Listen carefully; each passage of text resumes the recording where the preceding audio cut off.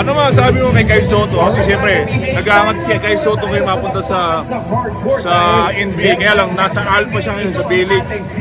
So sa tingin mo, may chance ba by 2025? Lahat naman siguro yun nga. Lahat naman may chance eh. So yun nga, kung nakadepende nila yung kung gaano siya ka-discipline. And siyempre, yung height and yung skills nandiyan naman eh. Yun na lang, kung paano lang siya disiplinahin yung katawan niya talaga. So Brad, magtatagal ka ba sa PBA o mag-B-League ka ng NBA din? Hopefully tumagal ako sa PBA eh. Pero But off island. depende ba, hindi ko naman masasabi. Pero if may opportunity, why not, di ba? Pero at least ngayon, focus na pa. Congratulations Arana.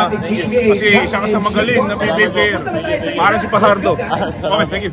Ano masasabi mo kay Kyle Soto? Kasi siyempre, nag-aangat si Kyle Soto ngayon mapunta sa NBA. Kaya lang, nasa alpha siya ngayon sa B-League. So sa tingin mo, may chance ba by 2025? Lahat naman siguro yun nga, lahat naman may chance eh. So yun nga, kung nakadepende nila yung kung gaano siya ka-discipline. And siyempre, yung height and yung skills nandiyan naman eh. Yun na lang, kung paano lang siya disiplinahin yung katawan niya talaga. So Brad, magtatagal ka ba sa PBA o mag-B-League ka ng NBA din?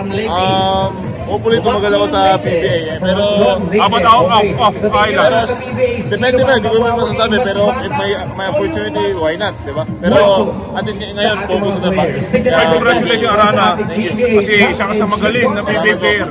Parang si Pajardo. Okay, thank you. Thank you.